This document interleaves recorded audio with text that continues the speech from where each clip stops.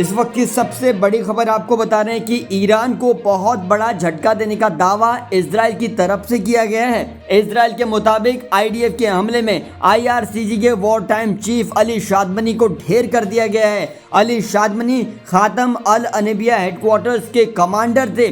शादमनी ने गुलाम अली राशिद की जगह ली थी।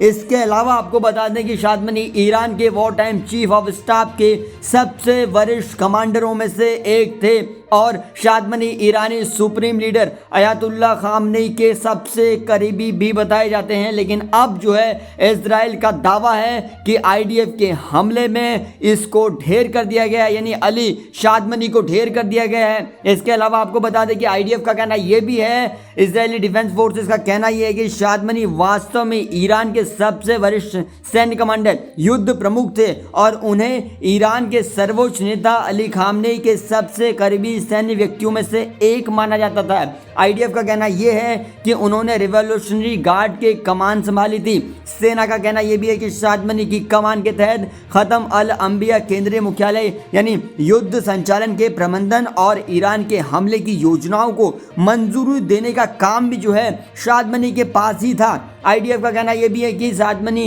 इजराइल पर सीधे हमले की योजनाओं में शामिल थे। उनके आदेशों के बाद ही इजराइल पर किसी तरह का हमला किया जाता था। आईडीएफ के मुताबिक शादमनी ने पहले खत्म अल अंबिया मुख्यालय के डिप्टी और ईरान के सशस्त्र बलों में संचालन प्रमुख का काम भी कर चुके हैं। लेकिन अब इजराइल की तरफ से ये दावा है कि उसको ढेर कर दिया गया है, यानी कि आईडीएफ के हमलों में आईआरसीजी के वॉर टाइम चीफ अली शादमनी को ढेर करने का दावा इजराइल की तरफ से है और ईरान के लिए सबसे बड़ा झटका। इस वक्त की सबसे बड़ी खबर आपको बता रहे हैं कि ईरान को बहुत बड़ा झटका देने का दावा इजराइल की तरफ से किया गया है। इजराइल के मुताबिक आईडीएफ के हमले में आईआरसीजी के वॉर टाइम चीफ अली शादमनी को ढेर कर दिया गया है। अली शादमनी खातम अल अनबिया हेडक्वार्टर्स के कमांडर थे। शादमनी ने गुलाम अली राशिद की जगह ली थी।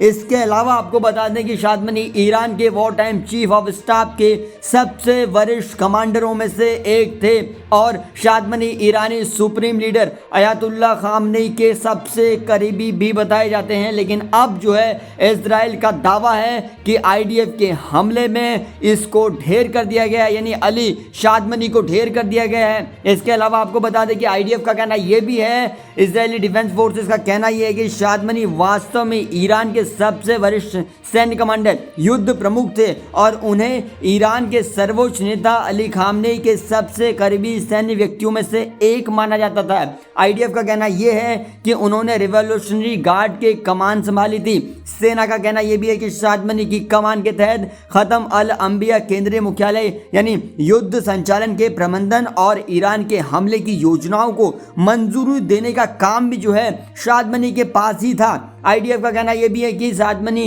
इजराइल पर सीधे हमले की योजनाओं में शामिल थे।